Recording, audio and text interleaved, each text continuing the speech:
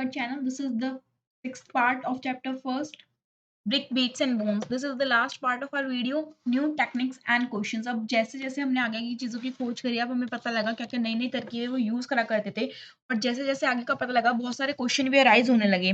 जो R M wheeler थे, आप उन्होंने डायरेक्टर बने, वो डायरेक्टर जनरल ऑफ एएसआई बने 1944 में। उन्होंने एक प्रॉब्लम को रेस्टिफाइड करा। उन्होंने कहा कि अगर हमें ज़रूरी है कि अगर हमें अच्छे से खोज करनी है, हमें अच्छे से चीज़ों को जानना है, तो हमें क्या करना होगा? हमें एक स्ट्रैटिग्राफी में ऑफ द माउंट की में डिग करना होगा। यानी ना कि मैकेनिकली यूनिफ़ॉर्म हॉरिज़ॉन्टल लाइन्स में हम करेंगे, मतलब कि ऐसे सीधी-सीधी करेंगे हम। एक लेयर को हटाया, एक लेयर को हटाया, ऐसे डिग करेंगे, ऐसे-ऐसे डिग नहीं करेंगे, वर्टिकली नहीं करेंगे, हम हॉरिज़ॉन्टली डिग करेंगे। स्ट्रैटिग्राफी की पोज़ीशन में हम डिग करेंगे, line to layer to layer dig करेंगे। इससे हमें अच्छे से पता लगेगा। अब क्या हुआ, जब ये सब हुआ था, जो हड़प्पन सिविलाइज़ेशन जो थी, उसका कोई भी आज के टाइम से प्रेज़ेंट डे नेशनल बाउंड्री से कोई कनेक्शन ही नहीं था। उस टाइम पे जो भारत और पाकिस्तान था, उसका कोई बँटवारा नहीं हुआ था, वो दोनों एक था। पाकिस्तान को तो कोई जानता ही नहीं था। सिर्फ़ इंडिया था, तो उसमें आराम से सब कुछ अच्छे से क्या हो सकती थी, खोजबीन हो सकती थी, अच्छे से कहीं पे भी जो भी चाहो, कहीं पे भी तुम डिगिंग कर सकते हो, कहीं पे भी पता कर सकते हो। बट जब पाकिस्तान अलग हो गया, पार्टीशन हुआ, उसके बाद से जो पाकिस्तानी जो टेरिटरी थी, उसके अंदर बहुत सारी चीज़ें, बहुत सारी ज़मीन ना वहाँ पर चली गई, हड़प्पन सिविलाइज़ेशन की। उसके बाद जो इंडिया के जो आर्कियोलॉजिस्ट थे, उन्होंने कहा कि हम यहाँ पर भी तो कुछ ना कुछ मिला होगा। उन्होंने बहुत ज़्यादा ट्राई करा, बहुत सारी चीज़ों पे आर्कियोलॉजिस्ट ने लोकेट करी इंडिया में साइट, और एक बहुत ही बड़ा एक्सटेंसिव सर्वे करा कच्छ के अंदर, जिसने रिवील करी बहुत सारी साइट्स को पंजाब में, हरियाणा में, जो कि लिस्ट में आ गई हड़प्पा की साइट्स में, जो कि जैसे कलीबंगन है, लोथल है, राखीगढ़ी है, और जो सबसे ज़्यादा रिसेंटली डिस्कवर्ड हुई है, धोलावीरा है। ये सारी ही साइट बहुत बाद में डिस्कवर हुई हैं, बाद में ये सब डिस्कवर्ड हुआ इंडिया में। उसके बाद क्या होता है, ये सब कंटिन्यू चलता रहा, बहुत सारे डिकेड्स। डिकेड्स का मतलब होता है जब भी 10 इयर्स के बीच का एक गैप आ जाता है, उसके बाद जो टाइम आता है, हम उसको बोलते हैं डिकेड्स। बहुत सारे न्यू-न्यू क्वेश्चन्स, एज़्यूमेशंस जो थी वो इश्यू हुए, इम्पोर्टेंस जो थी, कल्चरल सीक्वेंस ट्राइड, उन्होंने लॉजिक अंडरस्टैंड करने का सोचा कि किस लिए स्पेसिफिक साइट किस लिए लोकेट है, वो सभी चीज़ें अब वही सब करने लगे। वेल्थ के लिए आर्टिफैक्ट वो फिगर आउट करने लगे कि इनका क्या काम था, इन सब चीज़ों का। जब since the 1980s there has been also growing international interest in Harappan archaeology। अब ये क्या होता है, 1990 में जो बाहर के लोग थे, इंडिया के बाहर के, इंटरनेशनल के जो लोग थे, आर्कियोलॉजिस्ट थे, उन लोगों का भी इंटरेस्ट आया कि क्या इतनी पुरानी साइट है, इतनी अतरंगी-अतरंगी चीज़ें मिल रही हैं, इतनी बढ़िया इंजीनियरिंग मिली है, उन लोगों का भी इंटरेस्ट बढ़ा, और वहाँ से बहुत सारी चीज़ें सबकॉन्टिनेंट से, उसके बाहर से लोग आए और उन्होंने वर्क करना शुरू करा हड़प्पा में और मोहनजोदारो पे। बहुत सारी new new scientific technique use करी, जिनके अंदर की surface exploration to recover the traces, जिससे कि उन्होंने ट्रेस जो क्ले के थे, स्टोन के थे, मेटल के थे, प्लांट्स के थे, जो कि वहां पे बच गए थे। यहाँ तक कि छोटे छोटे बहुत छोटी चीजें थी, यहाँ तक कि जो स्क्रैप था, जो कि वेस्ट था, जो उसके एविडेंस मिले, उनको भी उन्होंने बारीकी से देखा और समझा। बहुत ज्यादा इंटरेस्ट आ गया।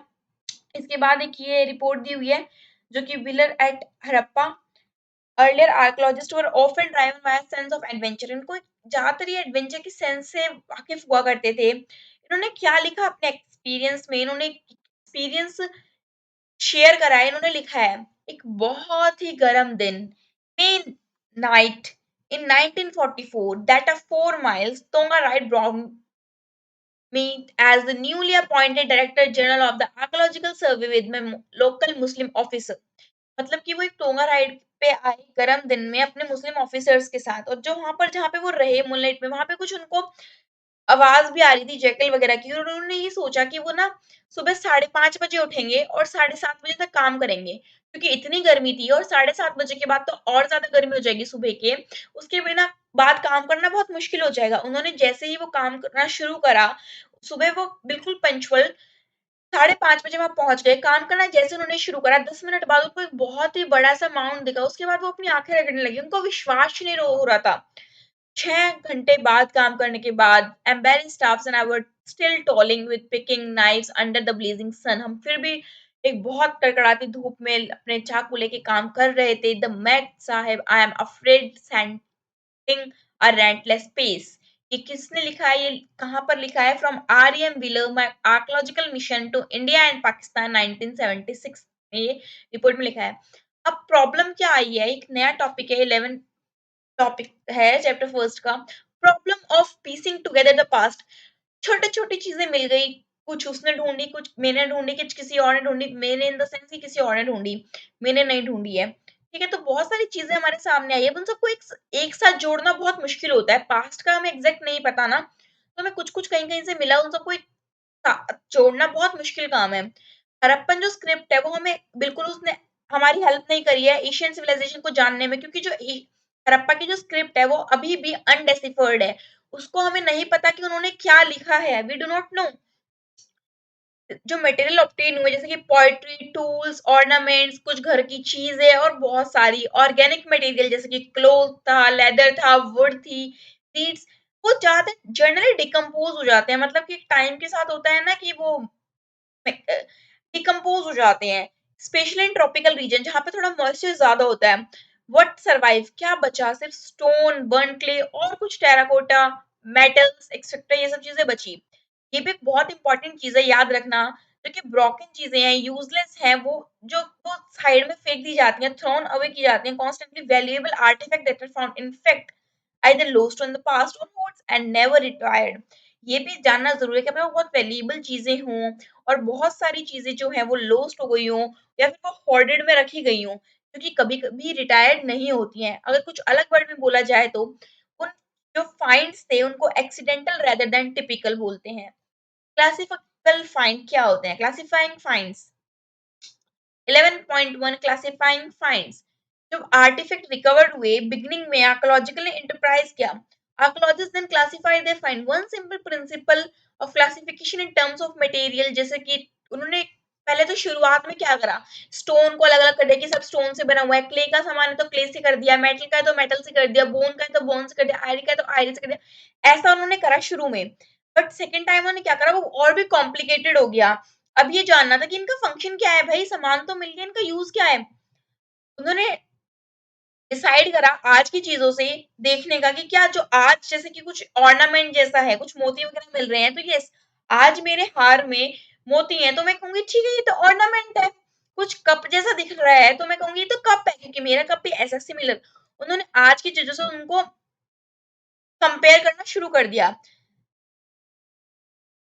Sometime archaeologist have to take resource to indirect evidence, कई बार उनको ना क्या करना पड़ता है, इनडायरेक्ट एविडेंस से वो पता करते हैं। There are traces of cotton at some Harappa site, कहीं कहीं जो साइट्स है हड़प्पा की वहां पर ना कॉटन मिली है। कॉटन मतलब सूती कपड़ा, सूती कपड़ा या फिर कॉटन मतलब रुई, ये भी मिला है। अब हमें ये नहीं पता कि वो कॉटन का सूती कपड़ा होता है जो कि कॉटन से बना होता है, कॉटन होती है जो रुई। अब हम ये नहीं पता वो क्लोथिंग का किस लिए यूज क्या करते थे, वो सॉरी कॉटन का क्लोथिंग के लिए यूज क्या कर सकते हैं, मतलब कि कपड़े बनाते थे, उनको पहनते थे, चादर बनाते थे, या फिर किसी और चीज के लिए इस्तेमाल करा करते थे, जैसे कि स्कल्पचर्स पे लगाने के लिए, हमें नहीं पता। अब उन्होंने डेवलप करे frame of reference. We have seen the first Harappan seal that was found could not be understood. Archaeologists had a concept in replace it, both in terms of the cultural sequence in which it was found and in terms of comparison with finds in Mesopotamia। फिर comparison करा जो पहली site थी जो कि Mesopotamia में भी मिली, उससे देखा अच्छा हाँ ऐसी है, ऐसी तो मेसोपोटामिया में भी थी। ठीक है, उनके हमें स्क्रिप्ट पता है, हमें पता था उन्होंने क्या बताया तो हमें पता लग गया। अब आती है प्रॉब्लम ऑफ इंटरप्रिटेशन। क्या प्रॉब्लम आती है यहाँ पर कि रीजन जो प्रैक्टिस है उनको रिकंस्ट्रक्ट कैसे करें। अब हमें एक फीमेल फिगर मिली है ऐसे कि ये देख सकते हो, बहुत एक सुंदर सी पिक्चर हमें दी है उस टाइम के में जिसने भी बनाई थी, वेरी अच्छे से कलाकारी, एकदम हीरे जवाहरात उनको पहनाए हैं, कुछ ताज सा भी पहनाया हुआ है, इयररिंग्स वगैरह सब पहनाए हुए हैं उनको। अब हमें ये नहीं पता ये रिचुअल था या फिर सिर्फ एक वुमेन फिगर को रिप्रेजेंट कर रही है या फिर किसकी है, we really do not no.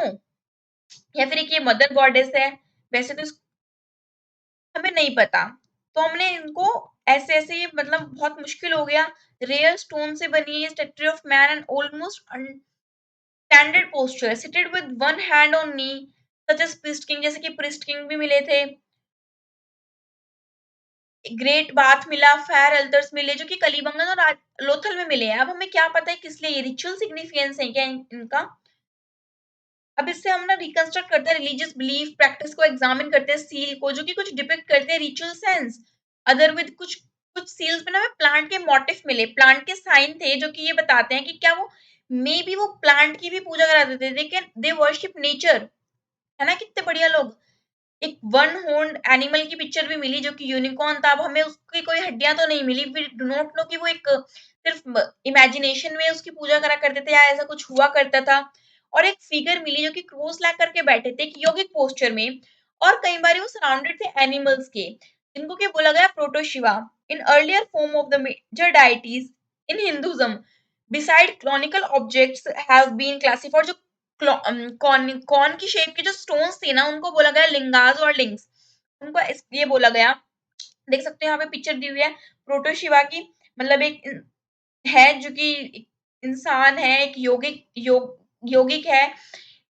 तो वो जो कि है वो यौगिक पोस्चर में बैठा है एक इंसान, और वो क्या कर रहा है, अपनी मेडिटेशन समथिंग कुछ कर रहा है, और उसके आसपास सारे जानवर है। प्रोटोशिवा मींस पशुपतिनाथ भी इनको बोला गया, मतलब कि गॉड ऑफ एनिमल्स।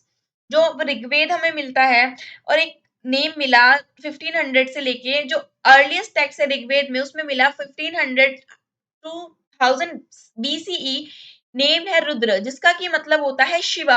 और लेटर पुराने टेस्ट में हमें मिलियन ये देखने को मिला, शिवा जो रुद्र है ऋग्वेद में है, वो ना ही पशुपति है और ना ही हमें एक ऐसा यौगिक दिखा। मे बी ये भी हो सकता है ये दोनों ही अलग अलग चीजें हों, अब कुछ नहीं पता क्या होगा। Shamans shamans are the man and women, वो लोग हुआ करते थे जो कि ये क्लेम करते थे, कहते थे कि भैया हमारे पास ना जादुई शक्ति है और एबिलिटी है कि हम दूसरे वर्ल्ड से बात कर सकते हैं। वी हैव, ये बहुत एक इंपॉर्टेंट है, ये कई बार आता है एग्जाम में, प्लीज इसको हाईलाइट कर लीजिएगा और इसको याद कर लीजिएगा। Shamans are the man and women who claim magical power and healing powers, कि वो इंसानों को ठीक भी कर सकते हैं, हील भी कर सकते हैं, उनके पास जादुई शक्ति है और वो एबिलिटी है, उनके पास ताकत है कम्युनिकेट करने की दूसरे वाले वर्ल्ड से। ये देख सकते हो तुम, कुछ लिंगास की फोटो दी है, गेम्समैन और लिंगास कुछ भी बोल सकते हो। This is what Mackay, one of the earliest excavator, had to say about the stone. उन्होंने क्या बोला इसके बारे में, various small cones made of lapis lazuli, jasper, कैकुला and other stones, mostly beautifully and finished, and less 2 inches in height, are also thought to be lingas. On the other hand, it is just as possible that they were used in the board game. इनको जो कौन की shape में थे उनको लिंगा बोला गया, मैंने बताया था। ये मे भी हो सकता है कि इनको पूजा वूजा करी जाती है, या फिर हो सकता है कि ये सिर्फ और सिर्फ एक बोर्ड गेम ही हो। देख सकते हैं ऐसे, ये लाइन से बनाई है तो अब हमें नहीं पता। इन्होंने ये बोला, कौन सी रिपोर्ट में उन्होंने लिखा है, from earliest Mackay early Indus civilisation 1948, this is the terracotta cart, ये बताई गई है। जैसे कैसे दो बुल है, एक इंसान ऐसे बैठा हुआ है, तो मे बी उनके पास ट्रांसपोर्टेशन भी उनको पता था, और उनके पास बुल भी हुआ करते थे, जिसका कि वो यूज किया करते थे एक जगह से दूसरी जगह जाने में ट्रांसपोर्टेशन के लिए। ये सील है, ये डिपिक्ट करती है, टेराकोटा मॉडल है ये टाइमलाइंस तुम्हें गिवन है, तुम देख सकते हो। अब हम क्वेश्चन आंसर आते हैं, जिसको भी कोई भी क्वेरी है, you can comment down below, the comment box is always open for you. Thank you for watching. If you like the video, you can give it thumbs up. If you don't like the video, you can give it thumbs down. Thank you for watching.